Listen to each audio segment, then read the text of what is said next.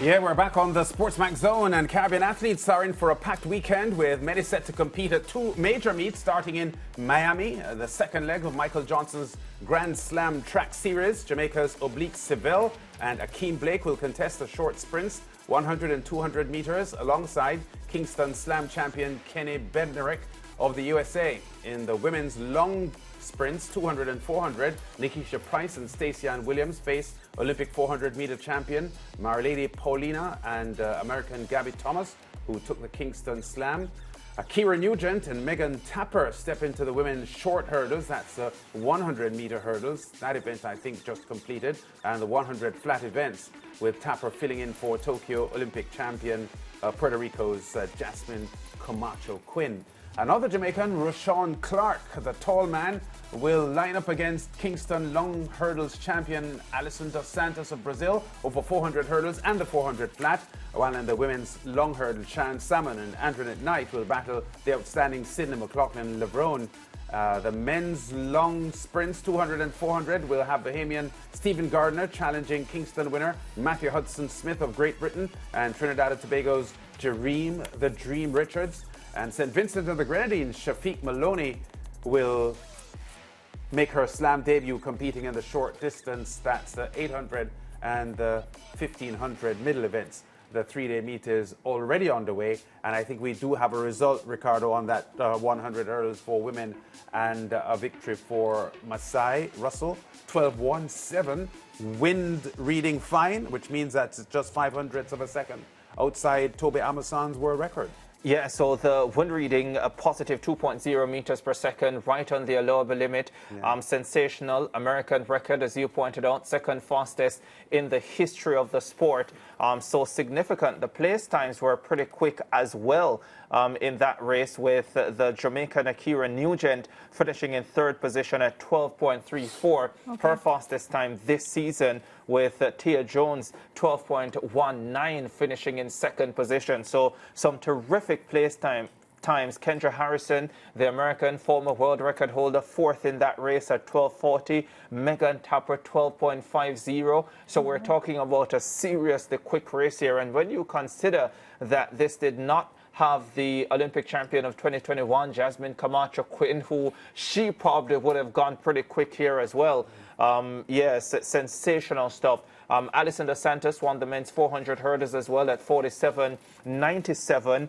Concerning, didn't see the race, but the Jamaican Rashawn Clark did not finish, with another Jamaican, Malik James King, finishing third at 49.43. So not really quick, the place times behind Alison dos Santos, but Alison is a super athlete.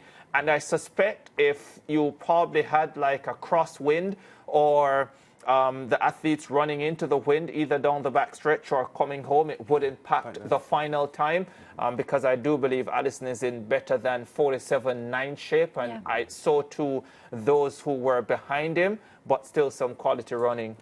So terrific start to the second slam. And I know that Michael Johnson has said it's not really about the times, it's about the competition. We like the times. But in the sport of track and field, you can't get away from the times. People want to know, how fast did he run? How fast did she run? How does that compare to everything else that has ever gone on in the sport? That's a significant part of track and field. And I love the competition as well, but there is nothing better than fast competition. Agreed, and I think it just gives you some sort of gauge as to where the athletes are with their training, their performance, and all of that. So Grand Slam track, you know, we had the opportunity to watch some of it live here in Jamaica. Really, really enjoyable. The event went by very quickly as well. So we're going to be watching this one very, very closely. And just for our viewers, Fred Kerley will not be taking part in the Grand Slam track. I did speak about it in Zone Update. Well, in the Miami Slam. And yeah. Thanks for that, Ricardo. In the Miami Slam, because of that altercation he was involved in at the hotel.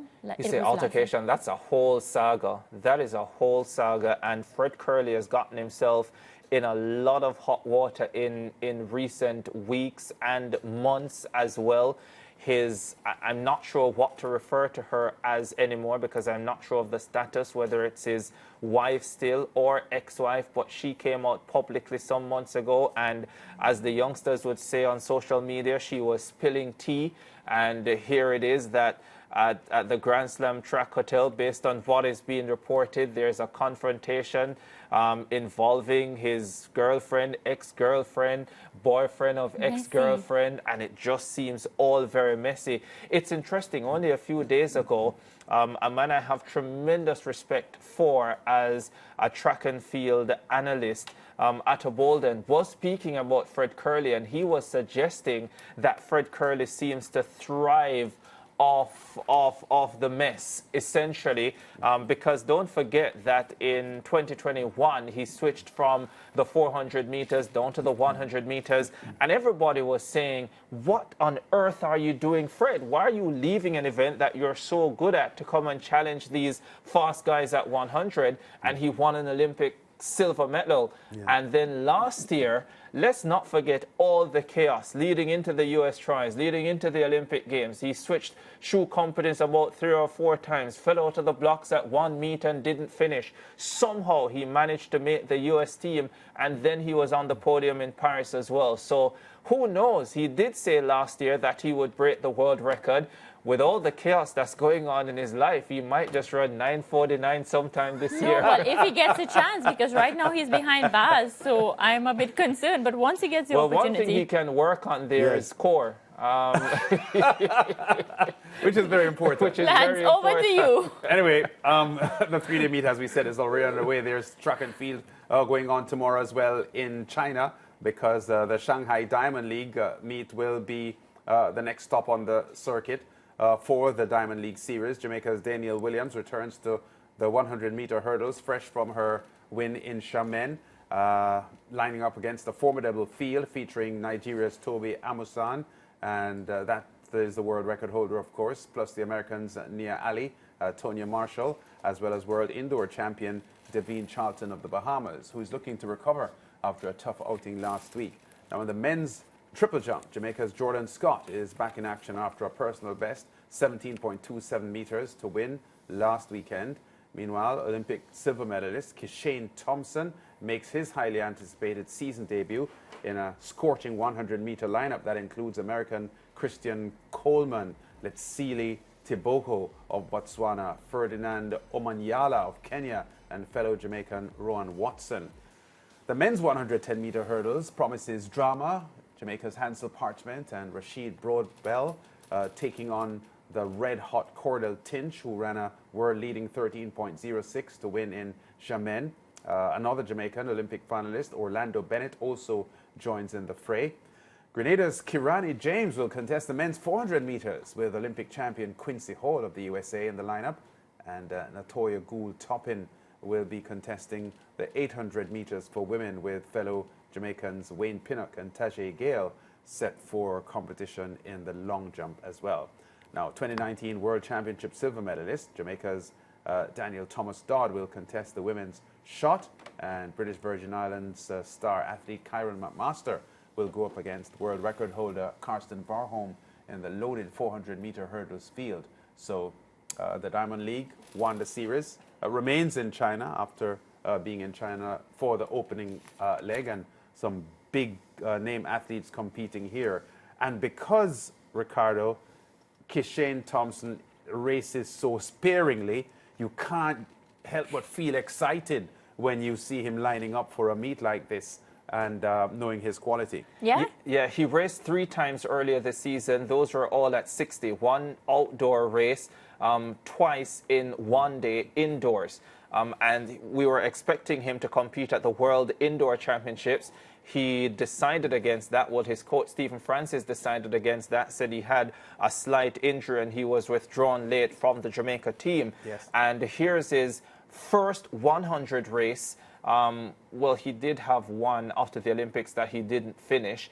So hopefully he finishes this one and we can say it will be his first race post his Olympic silver medal. Something sensational about what he did last year, Lance and Mariah, is that of his 7 100 races, 6 of them were under 10 seconds. 5 of those 6 were faster than 9.90. That is phenomenal. The only race he did not go under 10 seconds in the 100 meters last year was the first round of the Olympic Games, where he ran 10 seconds flat. And you know, that's the race that you're just easing through. You're just trying to qualify.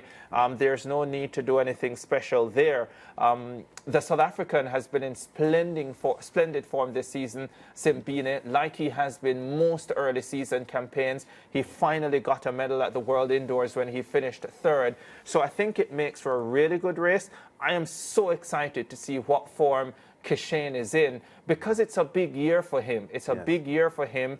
I thought he did really well in that Olympic final last year, although he didn't win the gold medal. But here's an opportunity now for him to follow up, and with the experience gained from last year, show that he is undoubtedly the best sprinter in the world. Can he do it?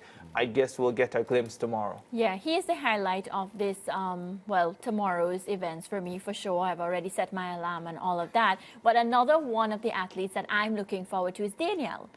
She, in her last race, of course, she won that one.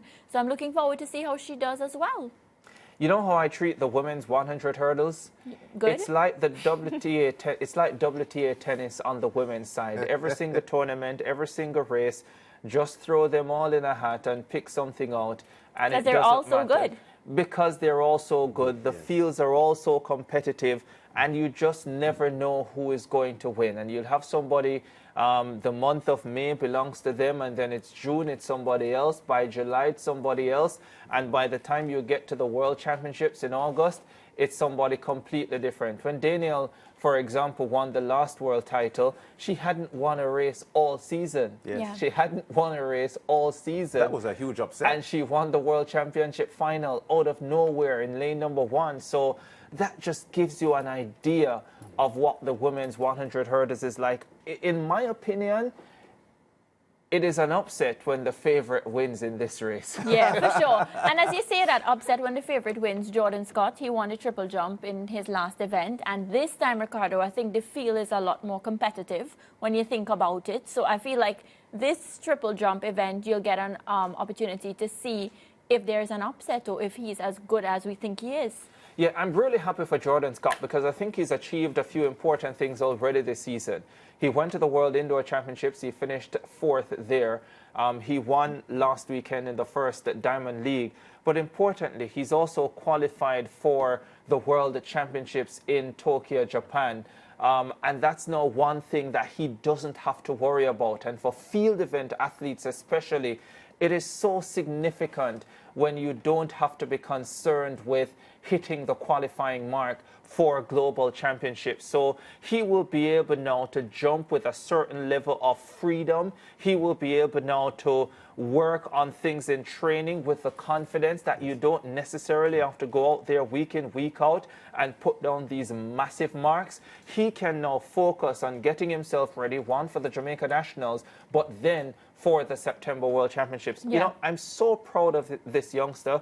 Went to camp in college in Jamaica. I remember when he went to the Youth Olympic Games in 2014. Really, really bright youngster, by the way.